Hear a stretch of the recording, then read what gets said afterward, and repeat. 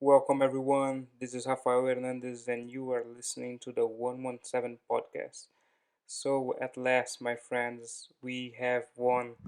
I'm really ecstatic about this news. It had been coming. I was really optimistic about Laporta winning, but man, the feeling is simply surreal because we lived for the past 10 years basically knowing that our club has had been managed by bad people, and to actually have the one man that put Barcelona at the top of European football back, it's simply an indescribable feeling.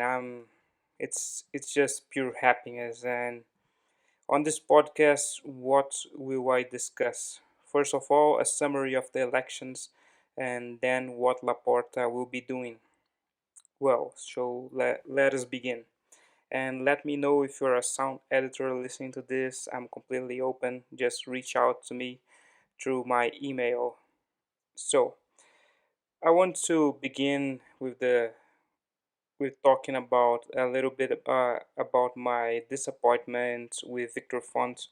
As you guys know, I've known him for 6 years already. I had a lot of trust put in his campaign, but it got to a point where he saw that Laporta was going to win back when the necessary signatures were presented in January. And Laporta presented nearly 10,000 signatures, Font only presented 4,000. So at that point, I think that Victor knew he was going to lose, and he started to make many compromises with the opposition. He started to make the kinds of deals with the opposition, and by opposition I mean Grupo Godó with Mundo Deportivo and Joseu and other of the bad elements that do everything in their power to destroy the club. So basically, the opposition knew that Tony Freixa had absolutely no power, no chance of winning these elections. So they kind of sided with Font. Font had a bigger turnout than expected. I would say that he had a lot more votes than I expected. It bodes well for his next campaign. 6 years from now, he's definitely going to try again, and maybe by then he will have more experience, he will have more maturity to take on the elections, and maybe he could become a great Barcelona president in the future. But that's for 6 years from now, and a lot could happen until then. So let's leave it at that. Well, Tony Freixa had an absolutely disgusting campaign as expected. He was José and Bartomeu's candidate, and basically the guy he was using bots to rig online polls on Twitter and likely other social media outlets too.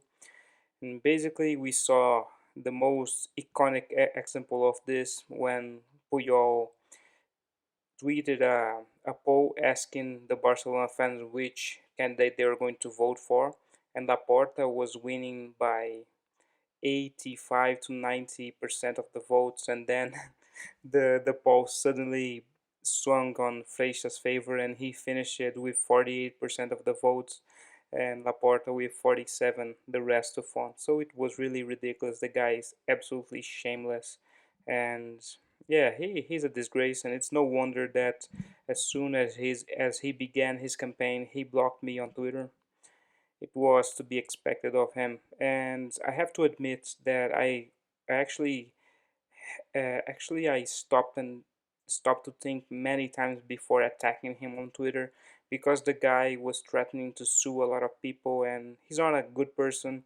He's not he's not transparent, and he has a lot of money. So yeah, he could actually come after people. So basically, I decided against risking it because I have a livelihood. I have a lot of things to lose here. I have to be honest with you guys. So, we had the usual manipulation by the media during the election campaigns. We we saw the final attempt by the opposition to actually smear Laporta.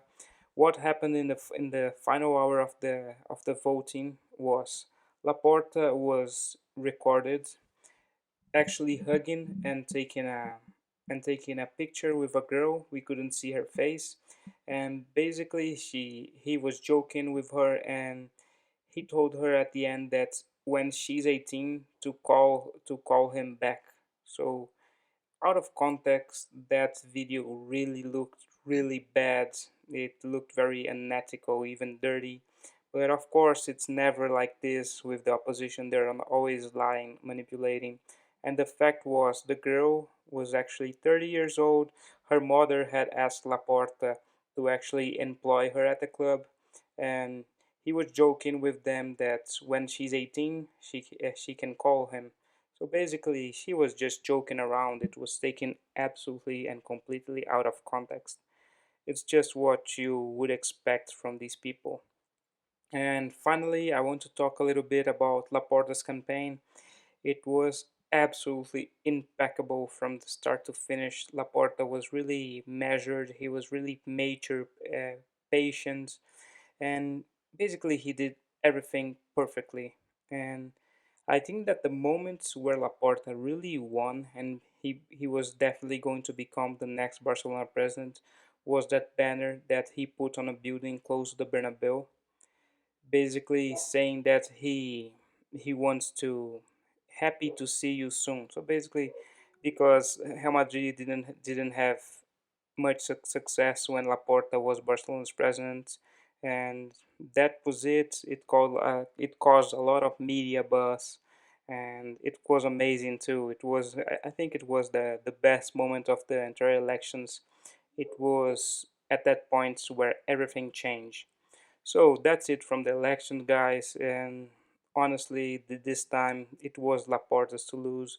I'm really happy that he won, and it's just a massive relief. And if you guys are hearing my dog bark on the background, really sorry about it. So let us continue. Speaking of the sporting situation to begin, the backline has to be the main priority for Laporta. He has to. Likely Eric Garcia is coming, yes, but we need new fullbacks too. Aside from Des, who was a good signing in my opinion, we need a new left back, and of course, no one is thinking about the back line. Everyone is thinking about Haaland, and I cannot simply praise the man enough. He is going to be the best player of the next generation. I don't care about Mbappe or any other footballer. I am absolutely sure that Haaland is going to be the next great footballer of the next 10 years, I would say. So yeah, in my dreams, in my absolutely idealization of everything, of course, I would like Haaland at Barca, but Barca doesn't have the money right now. I discussed this a lot on social media. The finances are really in a poor state. So signing him right now during the summer would be really, really difficult. I'm not counting on it. Maybe Laporta will pull this off somehow, a miracle of some way, but my advice is do not expect for Haaland to be signed. Let's take things easier, and same for Davi Alaba. He is fantastic, but he had already agreed terms with Real Madrid. He's almost signing with Real Madrid. I'm actually surprised it hasn't been announced yet. And of course, we saw that Alaba's father said he was waiting for Laporta to become Barcelona president to see where his son was going to end up. So yeah, it's interesting to hear this, but let us not forget that Alaba is going to leave Bayern Munich for two reasons. The first is about money. So yeah, something that Barcelona doesn't have, and the second is Alaba doesn't want to play as a left back or center back anymore. He's actually demanding of his new club to actually play as a midfielder like he plays for the Austrian national team. So it's another issue because Alaba would be fantastic for us in the back line, not as a midfielder, even though he's actually really good as a midfielder too, but he's not one of the world's best as he is when playing center back or left back. And Laporta has a fantastic relationship with the big agents like Jorge Mendes and Mino Raiola. Pini Zahavi and all of the big guns. So it's really good for us to actually to Barcelona to have a good relationship with the agents because it's a matter of power and who you know in at top level football. So yes, it's fantastic. This is actually really reassuring. So we can be sure that when the next big thing is breaking through, be it Haaland or someone else, we actually have a chance to sign them. And of course, Laporta will also have to decide on the renewals of the players. What is going to happen with the younger La Masia players that are having breakthroughs? How is he going to deal with the fact that Piqué has renewed his contract until for 4 more years? So there are many issues there. Lots of players that shouldn't have been renewed have. Jordi Alba has a long contract. Busquets too. It's a tricky situation. Maybe he will try to renegotiate the contract with the players, and that would be very much welcome. It would be very smart from Laporta, and we might expect. I would say I expect this from him, some kind of attempt at renegotiating the wages with the players. And speaking of the players, they have to recover their mentally too from the collapses at Anfield, Bayern Munich, PSG, and Laporta said it on interviews too. He's going to give a lot of attention to the psychological side of things. He's going to hire people to actually take care of the players. So this is really important, and it's something that Bartomeu never cared about. It's really really important. And to finish the sporting side of things, will Koeman stays? Will he go?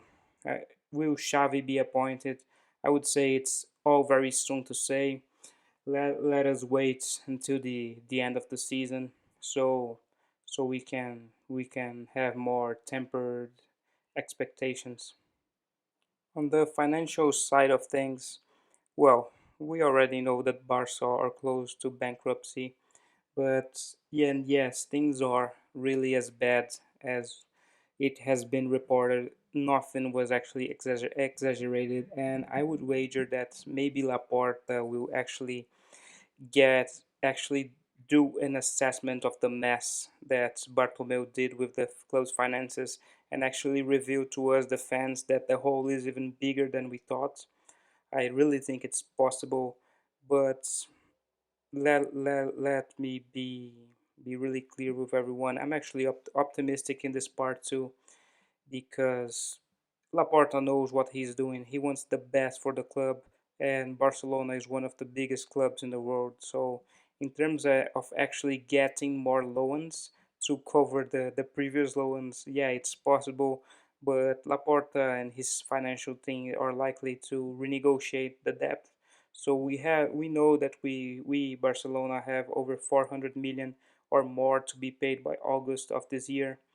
That's a really big ask because of the hole that the pandemic left us. Lots of players' sales are needed too. We don't know what's going to happen with players like Coutinho, who we really, really need to sell, and his wages are really sky high too. You have the stadium reform too, the new Camp Nou.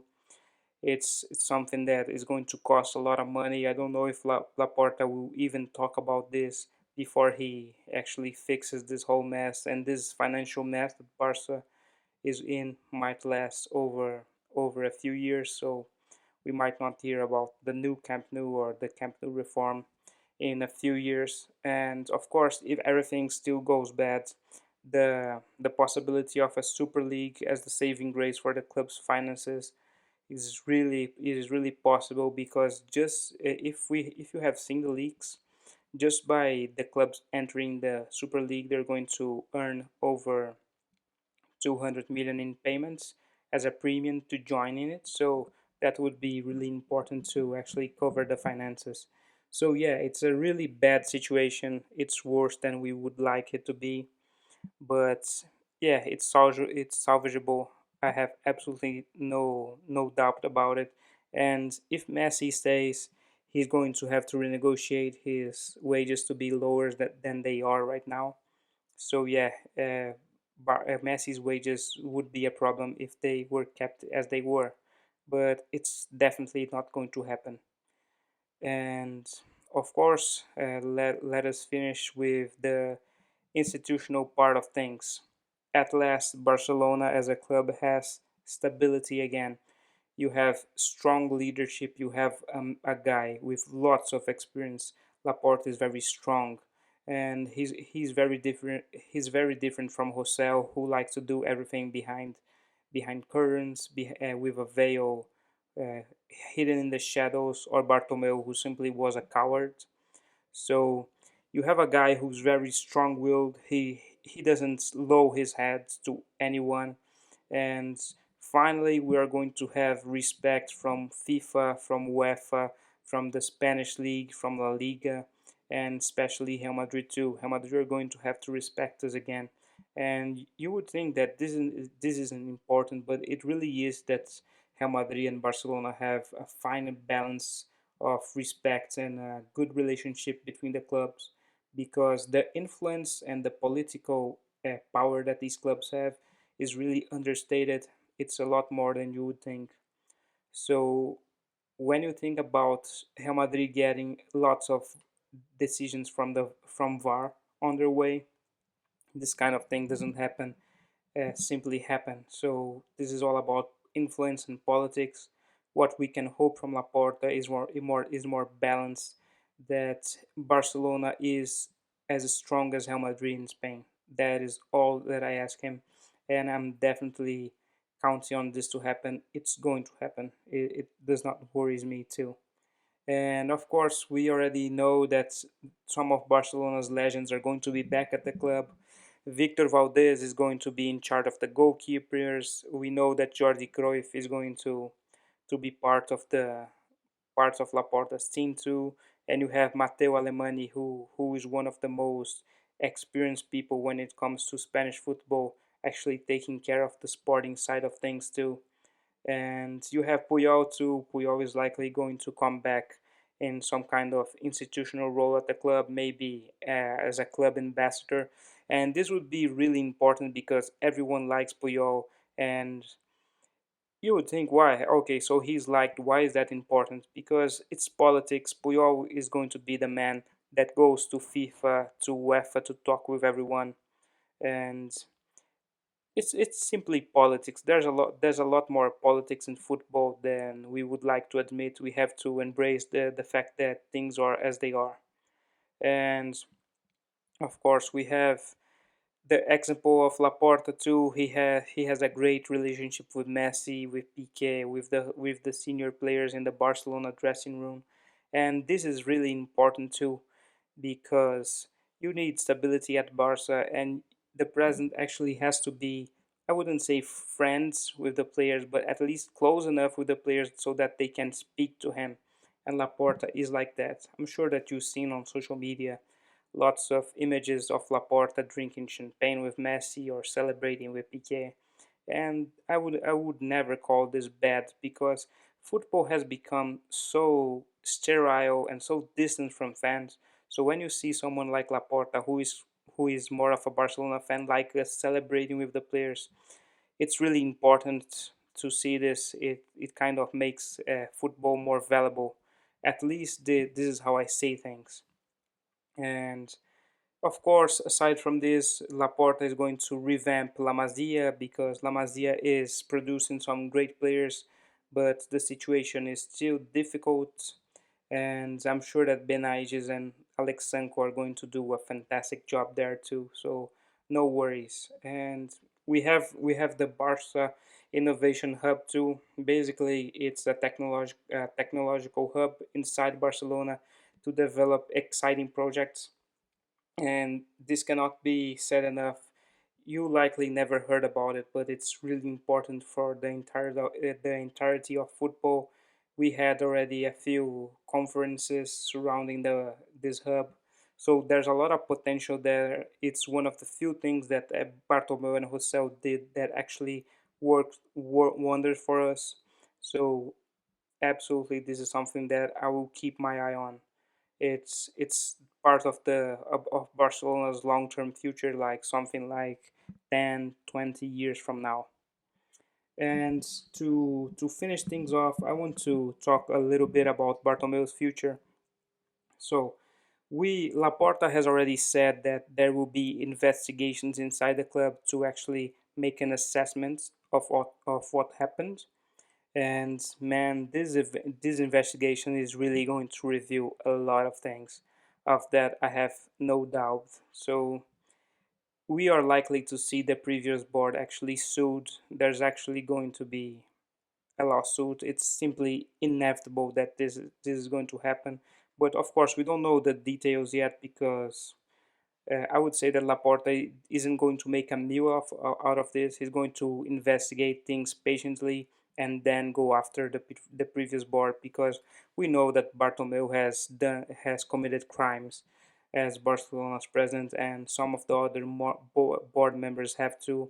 Maybe they will even be sued to be forced to pay some of the debt that they caused the club in the long term.